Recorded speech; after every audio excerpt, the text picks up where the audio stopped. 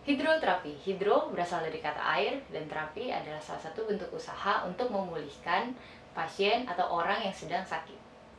Hidroterapi ini sendiri biasanya dikenal juga dengan latihan terapi dengan menggunakan media air.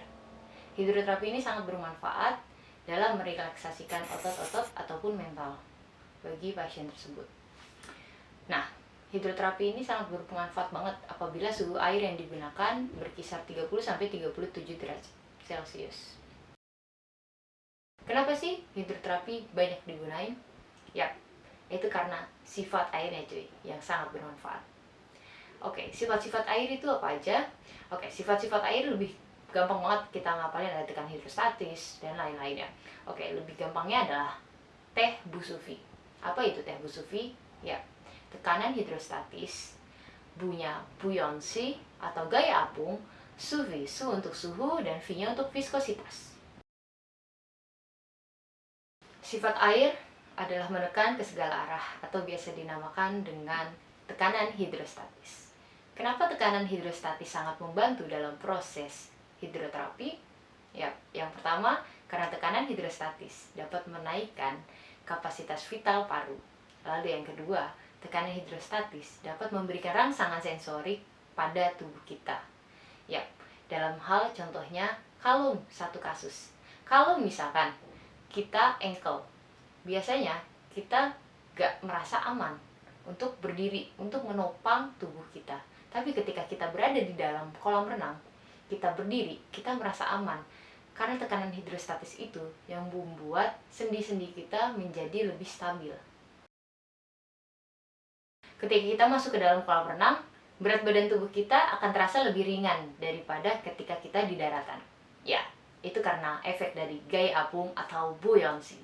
Semakin tinggi ketinggian air, maka semakin tinggi pula gaya apung yang diberikan pada tubuh kita. Dan itu sangat membantu dalam proses hidroterapi. Suhu air sangat membantu dalam proses hidroterapi berlangsung.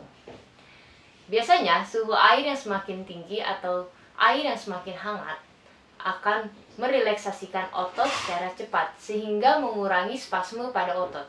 Selain itu, jika suhu air yang semakin tinggi atau suhu air yang semakin hangat akan meningkatkan aliran darah ke dalam jaringan sehingga mempercepat recovery. Viskositas adalah kerapatan molekul atau biasa disebut juga dengan kekentalan. Jadi apa itu viskositas? Karena masih belum terbayang. Oke. Viskositas itu adalah sebuah kekentalan. Oke. Anggap di sini ada air dan di sini ada madu. Mana yang lebih kental? Ya, madu lebih kental daripada air. Berarti dapat dikatakan bahwa viskositas madu lebih tinggi daripada viskositas air. Jadi kalian bisa bayangkan kan, ketika kalian berenang di dalam kolam madu, ketika kalian bergerak pasti akan lebih berat, akan terasa lebih berat. Nah, begitupun dengan viskositas air. Jika viskositas air dan viskositas udara tidak bisa disamakan, viskositas udara lebih ringan daripada viskositas air. Nah, kekentalan air ini yang membuat efek strengthening atau kekuatan pada otot kita menjadi lebih seperti contoh berikut ini. Misalkan, saya mendorong tangan saya seperti ini. Viskositas udara yang sangat rendah akan memberikan tenaga pada tubuh saya lebih rendah daripada saya melakukan ini di dalam air. Kalau misalkan di dalam air, biasanya gaya yang saya berikan untuk mendorong tangan saya ini lebih berat, lebih banyak. Misalkan ini mungkin hanya 2 Newton gayanya yang saya berikan. Tapi kalau misalkan di dalam air bisa jadi 10 Newton. Nah, karena itu viskositas air sangat bermanfaat bagi hidroterapi. Oke, karena efek strengthening yang diberikan ketika kita berada di dalam air, ketika kita melakukan sebuah kegiatan, sehingga kontraksi pada otot kita makin lebih terasa.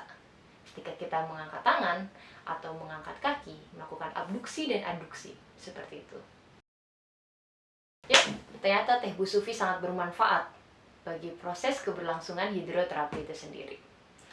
Sebenarnya semakin berkembangnya zaman, semakin berkembangnya teknologi, hidroterapi itu tidak hanya digunakan untuk pasien cedera saja. Tetapi, latihan-latihan hidroterapi sudah mulai dikembangkan kepada atlet-atlet persiapan dalam latihan penguatan, bahkan untuk pencegahan cedera itu sendiri. So, mungkin ini saja, sekian dari saya. I'm Puspa Nagati, stay healthy and stay strong. Thank you so much.